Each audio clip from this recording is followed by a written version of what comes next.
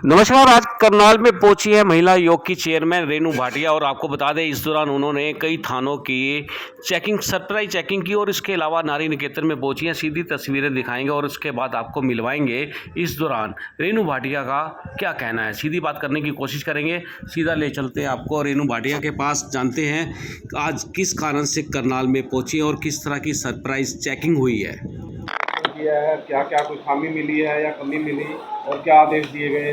Basically महिला आयोग का ये एक रूटीन भी रहता है कि हर 3-4 महीने बाद वन स्टॉप सेंटर्स, नारी निकेतन, रेड क्रॉस हॉस्टल्स, इस तरह के स्थान, वृद्धाश्रम्स जहाँ महिलाएं हैं, इन सब पे जाकर विज़िट करना और उनकी कंडीशन देखना। इसके अतिरिक्त जेल्स जहाँ पर महिलाएं हैं उन सबको मिलना और देखना, ये हमारा एक रूटीन है और ये बहुत इम्पोर्टेंट है समय समय पर बात करना। आप यहाँ आ जाइए।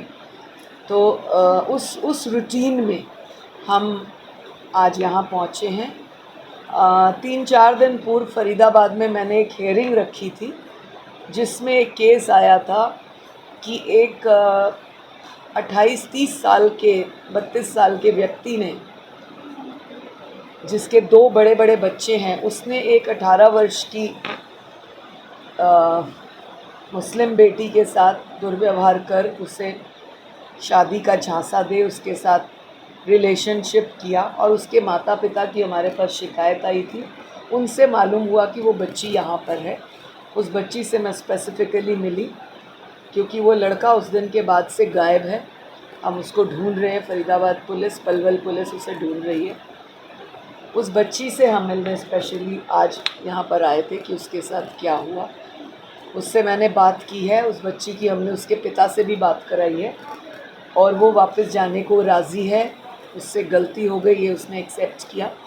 जो ऑफिशियल प्रोविजंस हैं वो हम करवा के उसको हैंड ओवर करेंगे पेरेंट्स को। दूसरा, एक बहुत इम्पॉर्टेंट केसेस में से जो एक केस मुझे लगा, 7-8 बेटियों का रन अवे केस है। कोई 17 वर्ष की, 18 वर्ष की, 20 वर्ष की, एक की नाबालिग शादी की है। उसके लिए भी मैंने आदेश दिए हैं कि इनके परिवार की 2 बुआ हैं जिन्होंने कराई है, उनके खिलाफ़ कार्रवाई की जाए और बच्ची को घर भेजा जाए। इसके अतिरिक्त एक सिरसा से आश्रम से महिला आई है जिसके पास एक 4 साल का बेटा भी है। उस महिला ने बताया कि विडो थी वो और परिवार में रहती थी, परंतु आश्रम का कोई बाबा उसके यहाँ आता था जिसने उसके साथ संबंध बनाए और उससे अब ये बेटा पैदा किया और अब उसे घरवाला कोई एक्सेप्ट नहीं कर रहा। मैं आपके मीडिया के माध्यम से सिरसा पुलिस को निवेदन करूंगी कि इस महिला के बयान के बाद उस बाबे को जल्द से जल्द ढूंढा जाए, क्योंकि ये महिला सिरसा ही बता रही है उसका एड्रेस, और उसके खिलाफ़ कार्रवाई की जाए। क्योंकि जो व्यक्ति इस तरह से मजबूर महिला के साथ संबंध बना के बच्चे पैदा करके इस तरह से छोड़ सकता है, वो अन्य कई महिलाओं के साथ बाबा के नाम पे कर रहा होगा। इस केस को सीरियसली सिरसा पुलिस देखे। आपके माध्यम से एसपी सिरसा को मेरा ये निवेदन है।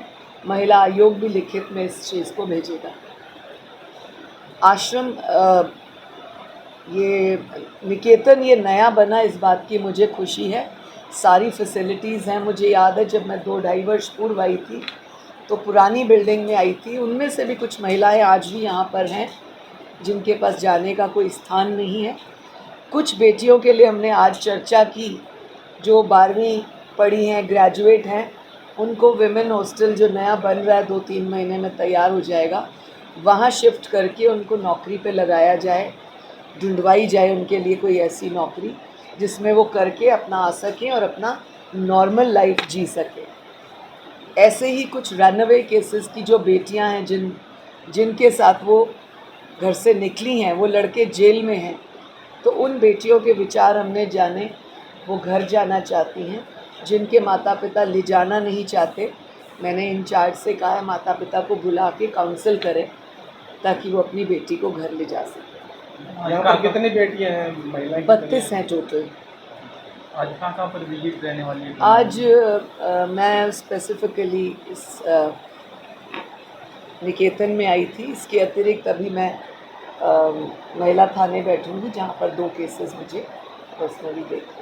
तो अभी तमाम महिलाओं से मैसेज देना चाहेंगे कि किसी बात में डरे ना, दबे ना? बिल्कुल बिल्कुल, हम महिलाओं को किसी से डरने की, दबने की आवश्यकता नहीं है। हम सक्षम हैं, हम अपनी बात को भी रख सकते हैं, अपने लिए लड़ाई भी कर सकते हैं, अपना अधिकार भी मांग सकते हैं।